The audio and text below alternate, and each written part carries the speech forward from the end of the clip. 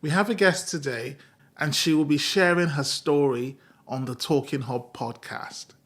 We hope her story would inspire hope and make a difference in your life as you watch or listen to the podcast. It's also important to mention that there are specialist support helplines listed on our website, thetalkinghub.com. So stay tuned.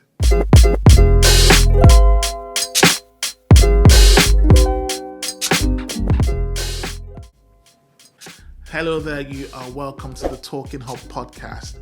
It's a podcast which explores effective ways to improve your health and well-being. My name is Ayo, and I am the founder and project lead for the Talking Hub. Okay, so as I said in my introduction today, I have a guest called Aimee. Now, true story, this is the first time I'm actually meeting Aimee, well, face-to-face, but virtually. I've known Aimee for 2 years, and we volunteer for the same charity. So, Aimee, nice to meet you. Nice to meet you. And over to you. Can you just tell us briefly about who Aimee is? Well, all I know for now is you're a mom to 3 lovely children and you run a business. But can you tell us more about yourself, Aimee? Yeah. My name is Aimee. I'm 38 years old. I have 3 children. I did own 2 businesses up until recently in September. I gave up one of them to focus on one. I have 3 sisters and 1 brother. We are a very, very, very close-knit family. And I have, good. yeah.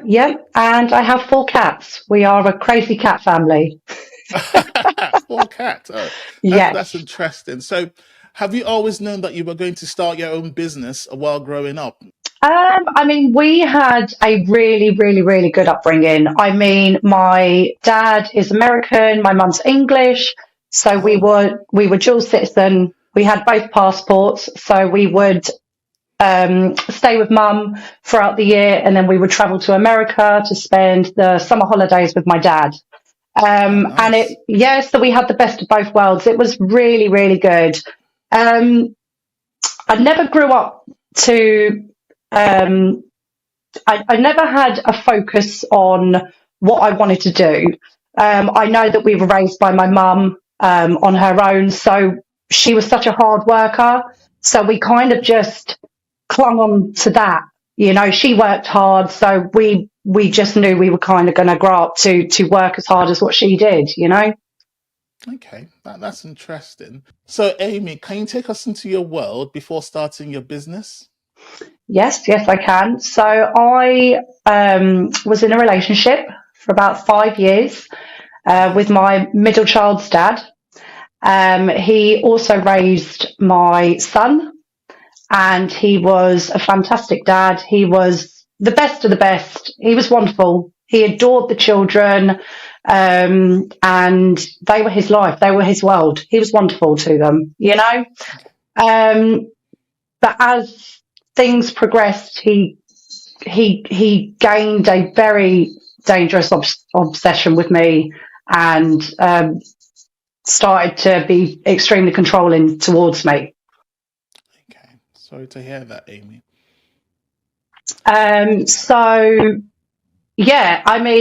Things were good. Things were really, really, really good up until I gave birth to my daughter. Was the kind of first time he was physically abusive to me. She was 4 days old, and I remember it very, very well. Oh, wow. I'm so sorry to hear that, Aimee. That's I okay. need to stress that Yes. you don't have to go into too much details if you don't want to, Aimee. No. I haven't ever spoken about this. I've never opened up about this. And the reason I've never opened up about it is because I thought it may be disrespectful towards my children, because it's their life as well. But since working with this organisation, it's made me want to open up to the world so that other people can open up too. So, you know, I think the whole point of this podcast interview is to, you know, just that there is life after abuse, and you can do it. You know, you just need to be determined and strong-willed to be able to get through it, you know? That's correct. And just before I go on to the next question, there will be specialist support helplines listed in the description below. And you can also see some specialist support organizations on the Talking Hub website. So, Aimee, did you get any support from friends, families, specialist support organizations? Can you just let us know Yes, more about that, I please? did. I actually wrote them down. So when we were first put into hiding, me and the children, we were alone. We were very isolated, and it made me think a lot. It made me think. I had a lot of time to think. A lot of time to think, Wow. and a couple of times I'd hit rock bottom. And I didn't like that feeling. I did not like that feeling. So I reached out for help, and there were lots of support groups and agencies and anything I could get my hands on, I would accept the help from them. And I wrote a few of them down. I That's quite got helpful. support. I did. I wrote them down because I there's quite a lot actually. Well, there's about 8 of them. So I there can was see a cat a behind charity. you. You can see a cat behind me. That's Nathan. Nathan out the shot. Okay. But No, that's fine. so one of the charities that I gained support from was a charity, wonderful charity called Reclaim Life, Okay. and it was a volunteer who almost hypnotized the person, the client, and she took you to a place where it was a happy place, and it was visualizing um, a wonderful world. You know, it was like, you know, on a beach, and the view and the scenery and just being alone and collecting your thoughts, and it worked really well. It was wonderful. It was wonderful. Um, there was also another support group called Mellow Babies, and that is for people that have suffered abuse after giving birth. So that would be talking to other mums that had given birth but also suffered abuse during their pregnancy. There was the Freedom Program. The Freedom Program was really interesting. Actually, it made me realise that there are more people out there, and you know that the book actually wasn't written on my ex, but it was written for a dominator. You know, it was really interesting to see. The wellbeing service was really good. My psychiatrist, you know, support from my doctor that I've had for the last 7 years. You know, there was lots of help, and I took it all, and I probably wouldn't have been able to get through it if it wasn't for all the support groups that I attended. They were amazing. That's extremely important to reach out to specialist support organizations. In terms of your friends or family members, how were they there for you, or should I say, were they there for you, or how were you Yeah, they were supported? there. I mean, when we were moved into hiding, when my ex was put in prison, we had to change our identities. We had to start a new life. The children are protected in the schools, so they were never allowed to go onto the websites or taken any pictures. They weren't allowed in group pictures, and it was hard to gain support from friends that I had before because I couldn't open up to them about it because we didn't have enough time to open up about it. We were moved straight away when he was in prison. So I had to gain new friends in the new town we were in, which was quite hard because I didn't want to open up to them. So the people that I had for support were obviously my family, my mum, my sisters. They were all wonderful, you know, and my best friend, you know, she lives all the way in Great Yarmouth, so she's hours away, but she was always there at the other end of the phone. You know, it's the support group that I had that I can count on my hand was wonderful. They were always there for me, you know. Okay. Now, Aimee, I know you've sent some pictures, but just before we go into looking at those pictures and talking about them, I just need to find out if it's okay to show some of those pictures because of what you just Yeah. said in the last few minutes. Yes, of course. Of course. Okay. I really mean that question, Aimee. I am actually. I just need to make sure that it's okay because we've got Yes, pictures of your no, they're children, fine. I've asked all the people that you're showing, and everyone's fine with it. It's fine. Go including that ahead. of your children. Absolutely. But wow, Aimee, just before I move on to the next question, Yeah. you are amazing. My gosh, Oh, I am, thank you. I, boy, that's really, really tough. Yeah, And it is. people looking at you on the outside wouldn't know half of this. This is, They wouldn't, because I've never opened up about it. I've always kept it very, very quiet because of the respect for my children. But if they need to get through life knowing that there are things that happen in life, but you need to be strong enough to get through it. So this is why just I'm in doing case it they today. ended up watching this podcast, do you think they will be okay with it? Have you spoken to Yes, them yes, before? yes, yes, I have. They know I'm doing it. They grew up with it, unfortunately, but I want them to see mum being strong. Okay, okay, okay. Just wanted to make sure that we have all those areas covered, Yes, Aimee, because I want yeah, to make sure that we put proper safeguarding in place. yes. Okay. All right. So let's move on. So I can see that you. No, I'll take that again. What is wrong with you, Aimee? You are better than I It's am your right first now. one. It's your first one. Go for it. Take as many Oh cups as you gosh. need. Um. So Aimee, you sent some pictures, and the first picture I've seen is that of your mum. Do you want to talk about your Yes. mum? Yeah, my mum is my rock. My mum is she is my best friend. She's my rock. She is a strong woman. And we learn our strength uh, through her. She's amazing. She knows the ins and outs of everything. She has been there for me through thick and thin. She is my rock. That is my mum. She is my rock. Okay. And I can see another picture. This looks like your sister. It looks that both of you are close. Yeah, so yeah, my sister, yeah, she is again, she's my rock. Both my sisters, I forget how many I've got. So all of them, all of the siblings are we are very close knit, very, very, very close knit. The sister you're seeing in the picture, we are almost like twins. We're like in a bubble. She knows absolutely everything, and yeah, again, she's my rock as well. You know, they all are. They're all my rocks. They're wonderful. That's good. I think it's important to always have family members close to each Yes, other because there's a connection that we all have together. And I can see yes. another picture here, and that's of your dad. Yeah, that is my pops. So he has recently been coming down every year Oh wow. to visit us. Now he's retired. Oh, So yeah, it's wonderful to see him. We don't want him to go back, but you know, it is what it is.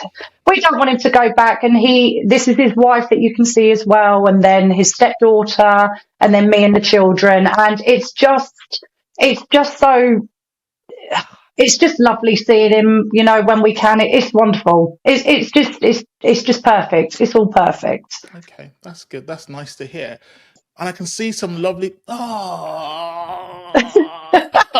Take your Oh, I'm gonna time. Take your cry. time. Take your time. You're doing great. And I can see some pictures of your lovely children, Aimee. Do you want to talk more about your children? Yes, my children are the best thing that's ever happened to me. As you can see, you'll see my two girls. They are just like their mum. I can They see are that. just That's they true. are just like their mum. So the middle one, she's like a little teacher's pet. She's very timid, very polite, very caring, very loving. That's good. She is absolutely a little diamond. She's so good. She has started secondary school, so the attitude is starting to appear. But you know what? She's growing up, and that's all part of it. True. Then you'll see the little one. She's mum's double. Her personality is just like her mum. She's very much a diva, um, but she's very clever. She's wonderful. She's just like her mum. Then you'll see my boy, Harley. It's very rare to get a picture of him. Now, that picture was taken 2 years ago. And you probably won't see another picture of him until he's about 18. He hates the camera. So this is a rare shot. This is a rare shot. So yeah. Okay. Yeah, they're wonderful. They get me through life. They really do. Well, that's good. And I can see a picture Yes. of you taking them to Disneyland, Aimee. Yes. Disneyland. The I'm sure you guys most had so much fun there. Oh, that was the most magical. So that was the first time I ever took them away on my own. It was very scary actually. Driving to Gatwick at 1:30 in the morning, boarding a plane. Um, it was, yeah, being responsible for these three children, thousands of feet up in the air. As soon as we got there, it was the most magical place they've ever been. And yeah, I don't think anything, I mean, I've taken the children lots and lots of places, but I don't think anything's going to be as magical as it was at Disney. It was the first time we kind of felt very vulnerable together, we bonded. It was such a bonding holiday. It was the best time. Oh wow, that's good. And finally, Aimee, I can see a picture of your best friend. Oh, my best friend, my beautiful, wonderful love of my life. She's the love of my life. We have been friends for 20, I think we counted it last time I was down there, 27 years? Wow, that's a long time. 27 years, and she is the person that knows. There is nothing that girl doesn't know. She has been there by my side for years and years and years, and she'll be by my side for many years to come. She is one in a million, and again, she's the love of my life. She really is. That's good. It's important. I think one of the things I was saying yesterday in the podcast was it's important that we actually connect with other people because no one can exist Yes, in isolation. And it's good to know that you have a friend that you can always lean on at any point in time. absolutely. I mean, she's miles away. She's miles and miles away, but she's been there. FaceTime, phone calls, anything. She's been there through my lows, my highs. She knows me more than anyone else, I think. Okay. Aimee, you're really smooth at this. Have you ever? Am I? Are you sure you haven't done a podcast before, Aimee? I've never, ever, ever have I done one in You my just life. got it in you. Some of us have to learn. It's coming I'm, naturally because I think it's time to talk, I have practiced like 20 times and everything's just falling apart. Oh, you're doing so But good. it's You're all right. doing I so know good. what Just to take your do, time. but it is really good. I'm really enjoying myself Thank talking to you. you. So, Aimee, how long have you been in business? Or can you tell us more about the businesses that you've set up? Yes. So I own a cleaning business, and up until September, I did own a aesthetics business. Okay. I've been cleaning for as long as I can remember, maybe 18 years. Oh, Um, yes, yes, I am the second Mrs. Hinch. So I learn a lot from her. She's my idol. But I've been cleaning for a very, very, very long time. And it was just for a few clients here and there over the years. And I think when I was going through the abuse and then life after the abuse, I had a lot of time to think of things. I had a lot of time to sit down and think, Aimee, right, there's things that you need to do with your life. You can either sit down and be depressed constantly and what ifs and this and that, and what can you do? What can you do? You look at your kids and you think, Aimee, you are responsible for these children. You are responsible, the only person responsible for these children. Do something. Do something. So after the cleaning for, the few clients, I decided, what, I'm going to try and open up a business with this because I'm good at cleaning. I've been doing it a long time. I want to be my own boss. I want to be independent. That's key. And yes, it is. It really, well, I've been independent for a very long time, after, life after the abuse. I'd been on my own with the children for a long time. And I wanted them to look at me and say, you know what, Mum has been through absolute hell, absolute hell. But look at her go. Look at her. She can do it. She can do it. So I started my own business back in 2020. So August 2020. And it's just built up and up and up and up. And it's got more, popular. It's got so high in demand. We've gone from cleaning people's homes to cleaning post builds. So when people build homes, we go in and clean up before the people move in. Oh, that's good. Or working for estate agents where the tenant moves out and a new tenant moves in. So we do big cleans. Okay. But it wasn't enough. So I wanted to do something else. Obviously, I lost a lot of confidence. And I wanted to gain it back. So I took a dive into the world of aesthetics, beauty, feeling confident about yourself. And I set up a little business doing facials, all sorts of treatments to make people feel beautiful and confident again. So, I had the two businesses, but after 2.5 years, I decided to take a step back from the aesthetics and focus more on the cleaning. And there was a lot of drama in the. Yeah, there was a lot of drama and competition in the aesthetics world, into the aesthetics industry, and I'd already faced a lot of drama in my life. I'd had a lot of ups and downs, and I wasn't going to let it affect my mental health again, because I'd got to a place where I was so happy. I got to that place where I was happy, and I thought, you know what? I don't want to be around people that are bringing me down. I've had that enough through my life.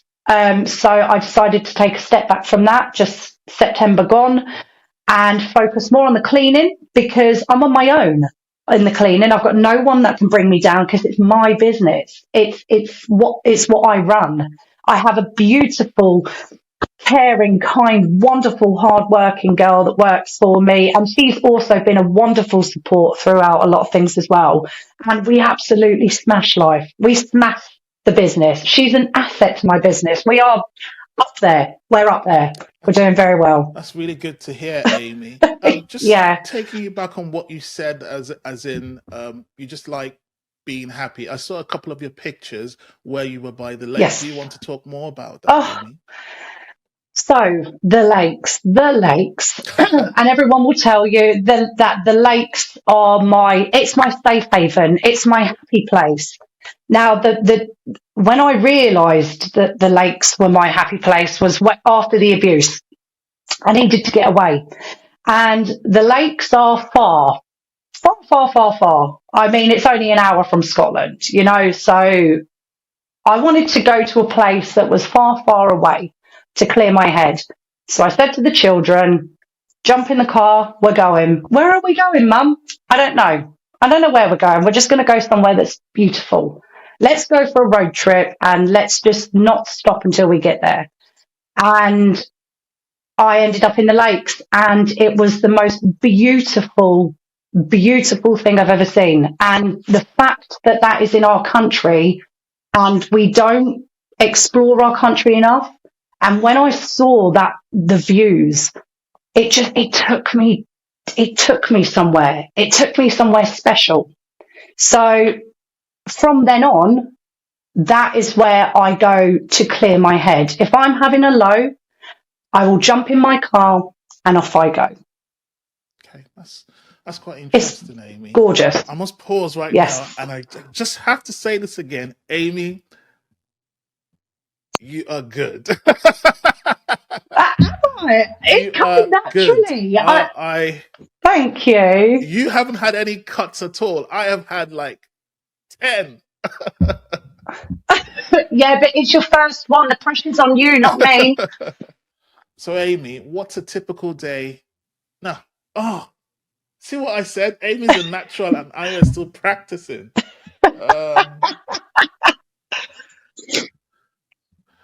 So what's a typical day in the life of Aimee? The typical day in the life of Aimee. Gosh, where do I start? Being a single mum, as you can imagine, it is very, very, very busy anyway. I have three children that I am solo. Right, that's my First cut. cut, yay! Right, take two. Take two. I feel good. Yes, you do. All right. So you start again. Typical Okay. day in the life of Aimee. So, yes. So, a typical day in the life of Aimee. Where do I start? I am always very busy. So, as you are aware, I am a mum and I raise the children single-handedly. So, having three of them, it's quite it's a busy schedule. Owning the business that I work Monday to maybe Monday half of the time. I mean, at the moment, the typical day is get up, make sure all three are off to college, school, make sure that I'm at work on time, make sure I pick them up, bring them back, dinner, clean up. And yeah, I think I sit down at 9 o'clock at night and I start the rest of the, I mean, every day is exactly the same. There's nothing different. Because I can even work on a Saturday and Sunday at times as well. I mean, I take the youngest to swimming and gymnastics on a Sunday. So, I mean, yeah. Okay. So it's more like it's a very, very busy life. Routine, but you're very, very busy. Yes. So when do you have time for yourself? I mean, do you have any holidays or do you take any holidays at all, Aimee? So that's a good question. I have started to gain my life back as Aimee again, rather than mum or, the business. My son is very good with his sisters. He's a fantastic babysitter, absolutely fantastic. And I wouldn't be without him. He's my rock. He is so mature and responsible. So he has given me the opportunity to go out with my friends, or do what I need to do to be Aimee again. He is fantastic. He's wonderful. He's a great babysitter for his sisters. So I now do have time. I mean, it's taken me 16 years to get some time to myself, but due to my son, I have become Aimee again. I have time to myself. I might go out with my friends to the pub. I might go out for the day. It doesn't matter what I do. Even if I go food shopping on my own, it's a break, and that's due to him. And also my sisters, my friends, my great support network. If I wanted to go away for a weekend, they would have the children. Yeah, everything is it's so good at the moment, Good. It's good. All right, Aimee. What's your son's name again, please? Carly. All right. Just wanted to say thank you to Carly for taking care of Aimee, for making her get her life back again. Thank you to Mum. Thank you to Aimee's sisters, everyone. So, Aimee, what are your most busiest days and months in your business? So I would say the busiest months would definitely be around the Christmas and New Year's. Oh, wow. So because okay, go on. Yeah, no. Just because obviously Christmas is coming up, people are having Christmas parties, people are having New Year's Eve parties. So what they'll do is they'll get me and my wonderful cleaner in, and we will do a massive deep clean, all ready for people to have their friends and family over for the Christmas. So we're quite high in demand around the Christmas and New Year's period. It's really good, really, really good. So do you have any dramatic stories to tell, Aimee? No names, please, though. So, yeah, I mean, actually, yes, we do have a very dramatic and quite funny and very whoa kind of story. So recently, me and my cleaner, we were called to a property to do a deep clean. Okay. When we got there, we didn't realise what we were walking into. And I think the video that I sent you would be the house I'm talking about. So if you were shocked, you can imagine what we were. So as we walked in, we didn't realise that we needed to go and buy some correct PPE to make sure that we were safe, because it was horrendous. But yeah, I would say, as you can see by the video, that would be A dramatic that would story. be a very But I dramatic mean, you story turned for it me and my around, though. cleaner. Bless I her. mean, when I responded to that message yesterday, I was shocked. Well, the first one I said, "Oh, Aimee," and then the next one I said, "Oh, I spoke too soon." Yes, I know. But yeah, so yeah, I mean, we worked 2 days, 2 days it took us to do that. But in the end, it was, oh, what a wonderful feeling. What a wonderful feeling, and we had fun with it. It doesn't feel like work. I mean, someone else to walk into something like that, if you're not used to seeing that, it's not for some. It's not for the faint-hearted. But my cleaner is very good at what she does, and I've been doing it years. So yeah, it kind of didn't shock us. We went in, we done what we were supposed to do, and we came out and we felt fantastic. Well done, You Aimee. know. All right. So finally, Aimee, would you have any advice for someone who's just come out of an abusive relationship? Yes, I do have some advice.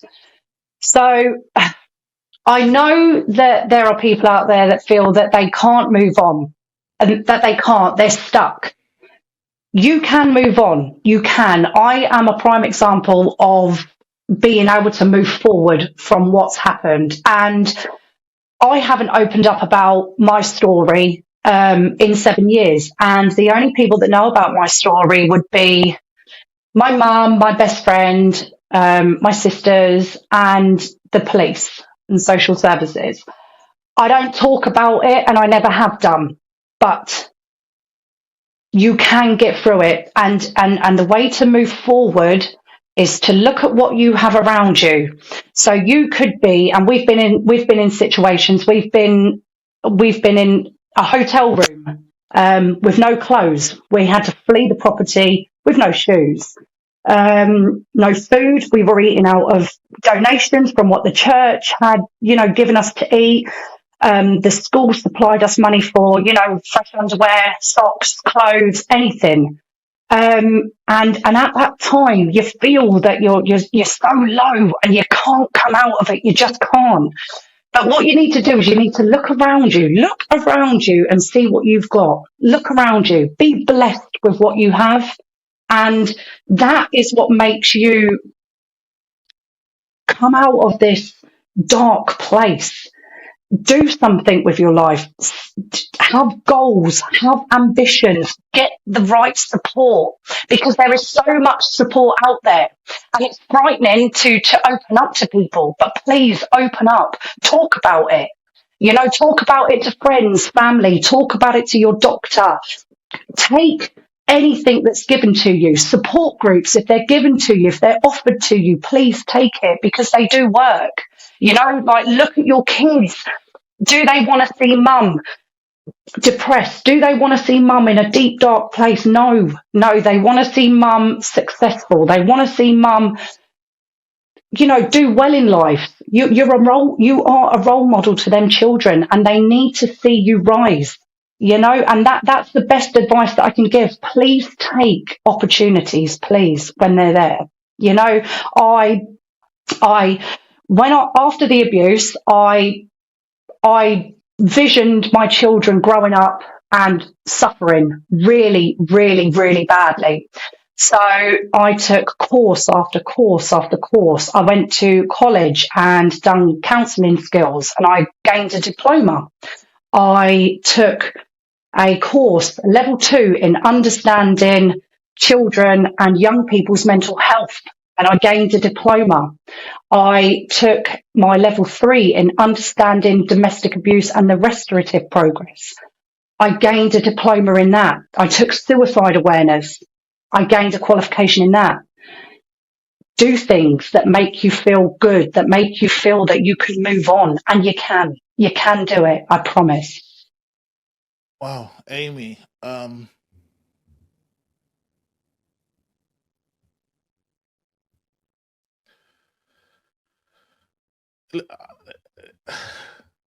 just listening to you and seeing how far you've come. It's still a daily journey that you're making every day. Yes.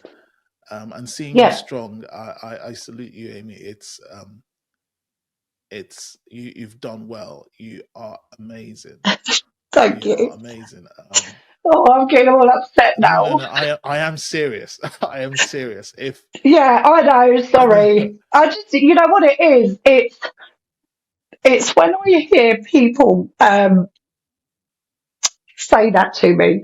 Um, I guess you don't realise how far you've come, and then when someone says to you, "You've done well," it touches you. You know, honestly, you have. I mean, it does. I mean, It really does, and it makes me feel good. You know. Aimee, you've done well, and thank you so much for taking Anytime, part in this podcast. anytime. It was really nice talking and listening to Aimee, and there were so many highs and lows in our conversation. But the central point still stands. There's absolutely no excuse for domestic or emotional abuse. We also really appreciate the work done by specialist support organizations who consistently provide support to service users. It's important I mention that there are specialist support organizations listed on the website, thetalkinghub.com. Please subscribe to this channel for more content like this. Thank you.